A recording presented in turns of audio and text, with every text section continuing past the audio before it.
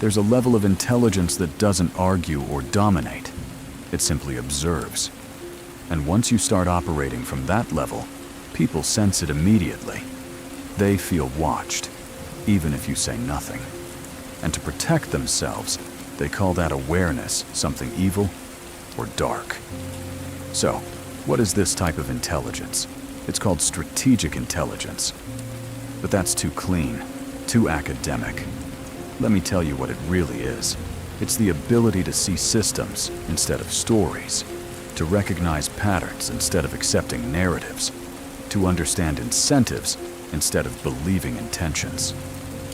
Most people look at the world and see what they've been taught to see. A boss who cares about the team, a political candidate who fights for the people, a friend who's always there for you. Someone with strategic intelligence looks at the same situations and asks different questions. What does this person gain? What are the hidden incentives? What happens when those incentives change? And here's where it gets uncomfortable. They're usually right. Think about it. The person who can predict exactly when a friendship will end based on shifting life circumstances.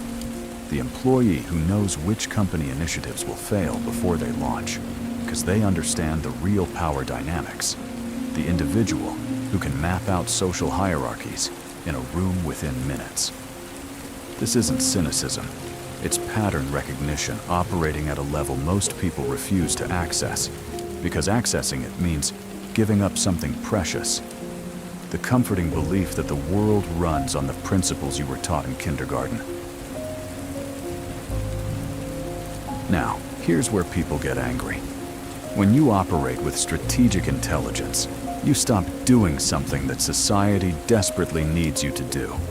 You stop pretending. You stop pretending that people's stated reasons are their real reasons. You stop pretending that social rules exist for the reasons people claim.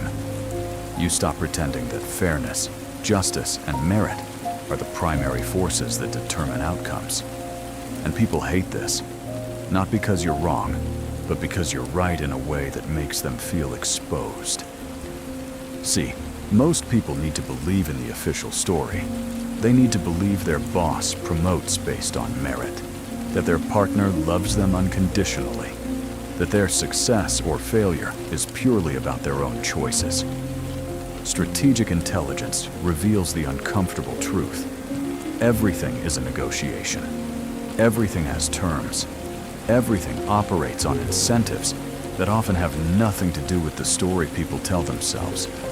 When you point this out, even gently, even by just living according to this understanding, you become dangerous, because you're essentially saying, the emperor has no clothes, and I can see the puppet strings. And I know this entire system relies on everyone pretending they can't. So they label you cold, calculating, Machiavellian, sociopathic, evil. These words aren't diagnoses, they're defense mechanisms. Now, let me teach you something practical, something you can use immediately. This is the framework that separates strategic thinkers from everyone else. I call it the three-layer analysis system. Most people only see layer 1. Strategic intelligence requires you to see all three simultaneously. Layer 1, the surface narrative. This is what people say. The official story, the stated reasons. Your boss says, we're restructuring the team to improve efficiency and create growth opportunities. Your friend says, I'm always here for you no matter what. A company says, we care deeply about our customers and their experience. Most people stop here. They accept the narrative at face value or reject it entirely as a lie. But both approaches miss the point. The surface narrative isn't meaningless.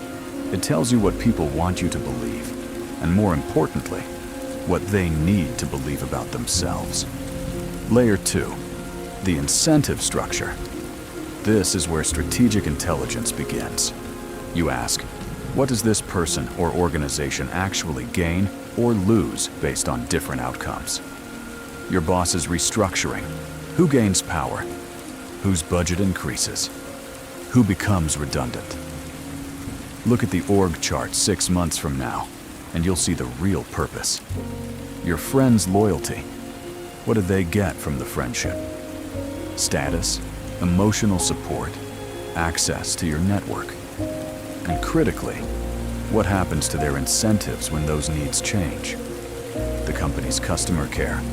How are employees measured? What gets rewarded internally?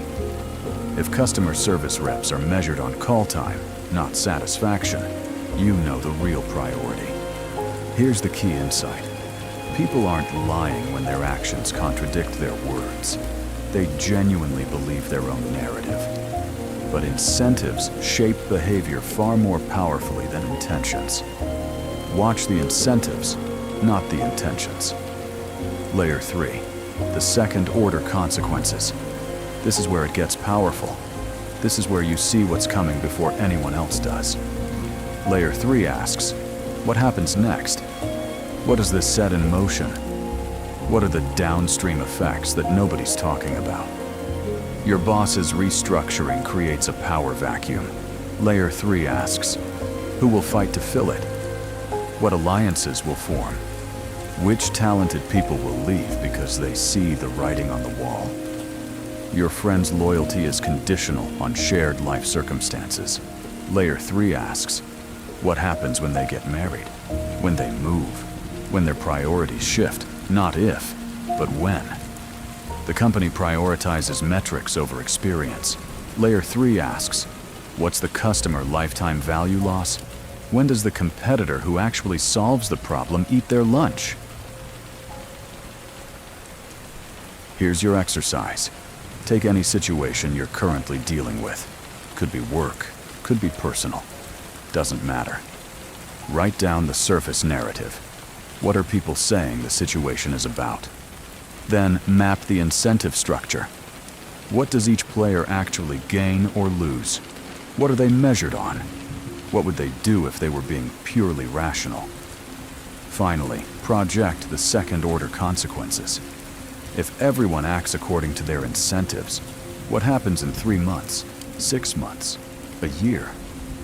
You'll be shocked how clearly you can see the future once you do this. Now, let me teach you something else.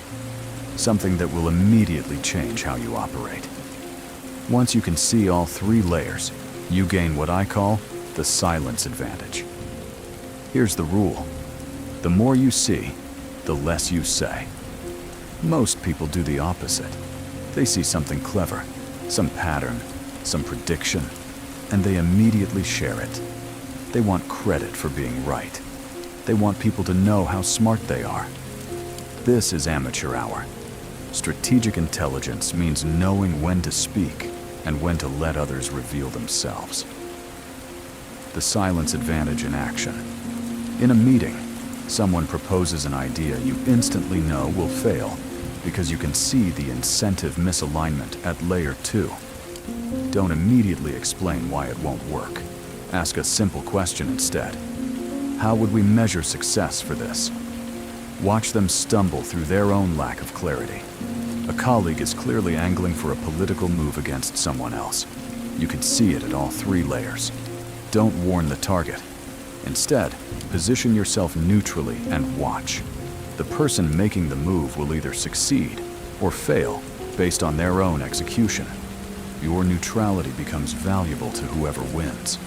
Someone asks for your advice on a decision, but you can tell from their tone they've already decided. They want validation, not advice. Don't give them your 3-layer analysis. Give them what they're actually asking for, or politely decline to engage. The principle is this. Your strategic intelligence is an asset. Assets appreciate when protected and depreciate when carelessly spent. Every time you show someone how much you see, you teach them to hide from you.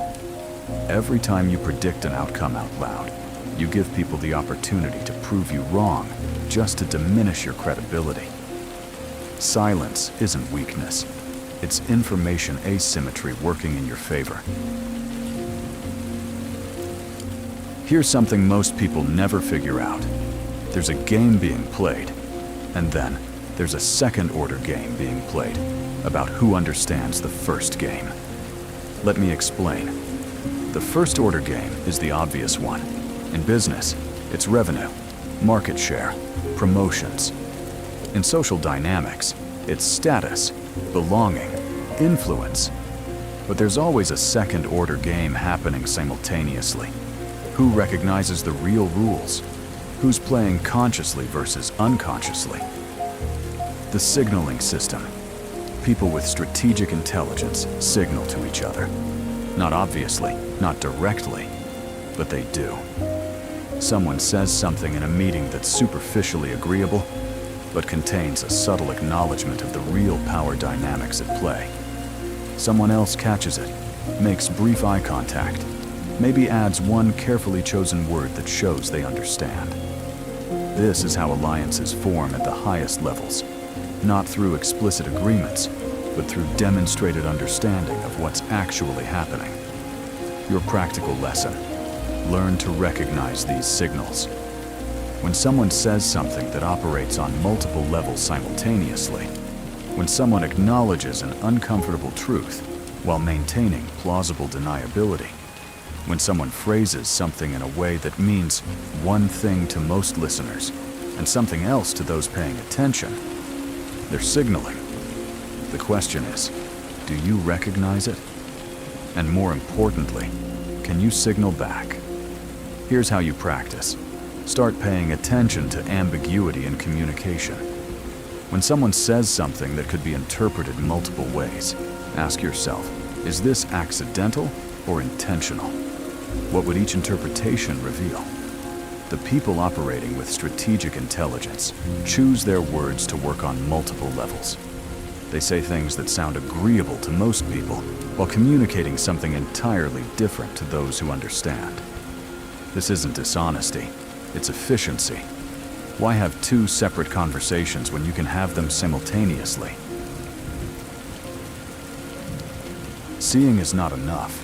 That's the mistake most people make once they reach this level of intelligence. They begin to recognize incentives, patterns, and power dynamics, but they don't know how to carry it socially, emotionally, or internally. So they either over-explain, overreact, or withdraw completely. This is where awareness turns into isolation instead of leverage. But here's the real question, and it's the one that matters. Is strategic intelligence actually immoral? And the answer is, it's a tool. You can use a hammer to build a house or crack a skull. The hammer doesn't care. It's not moral or immoral. It's what you do with it. Strategic intelligence is the same. The difference is this. Most people with average intelligence can afford to be moral in the conventional sense because they're playing a game with training wheels. They follow social rules because those rules are visible to them, and breaking them has obvious immediate consequences. Someone with strategic intelligence sees a more complex game. They see that following certain rules makes you predictable and exploitable, that other people break rules constantly while maintaining the appearance of virtue, that the system rewards strategic rule breaking while punishing honest rule following. So, what do you do with that knowledge? Option 1. You can use strategic intelligence to exploit others, to manipulate systems purely for personal gain while causing unnecessary harm. This is what people fear. And yes, some people do this. Option 2. You can use it to protect yourself from exploitation, to navigate systems effectively, and to help others who are being harmed by those same systems. You can see the game clearly without becoming cruel. The intelligence itself isn't evil, but it does give you more power. And power without wisdom, without principle, without something beyond pure self-interest, that's where things get dark. Here's what they don't tell you about developing this type of intelligence. It's lonely. Once you see the systems, once you understand the incentives, once you can predict the patterns, You can't really go back. You can't unsee it. You'll be in conversations where people are passionately debating something, and you'll see exactly how it's going to play out, because you understand the underlying game being played. And you can't say it, because if you do, you're the villain. You'll watch people you care about make predictable mistakes based on false beliefs about how the world works. And you'll have to decide, do I tell them the truth and risk them hating me, or do I let them learn the expensive way? You'll succeed in ways others don't, because you see opportunities and dangers they're blind to, and they'll resent you for it. Or worse, they'll think you cheated somehow, because in their model of reality, that level of success shouldn't be possible through legitimate means. This is the real cost. Not that you become evil, but that you become separate. But here's what I want you to understand. Strategic intelligence should make you more effective, not less human. Yes, you see more than others. Yes, you understand systems and incentives that remain invisible to most people. Yes, this gives you an advantage. But the moment you start believing that this makes you superior, the moment you lose empathy for people operating with less information, the moment you use your intelligence purely for exploitation, that's when they become right about you. Let me leave you with your homework. First, practice the 3-layer analysis on one situation this week. Surface narrative, incentive structure, second-order consequences. Write it down. Check back in 3 months and see how accurate you were. Second, practice the silence advantage. Resist the urge to show how much you see for 1 full week. Just observe. Notice how much more people reveal when they don't know you're tracking patterns. Third, start recognizing the signals. Pay attention to ambiguity in communication. Notice who's operating on multiple levels. The world runs on strategic intelligence, whether people want to admit it or not. Every major institution, every power structure, every successful organization. It's all operating on these principles behind a facade of simpler, more palatable narratives. The only question is whether you're going to understand that reality and navigate it consciously, or whether you're going to remain in the comfortable dark.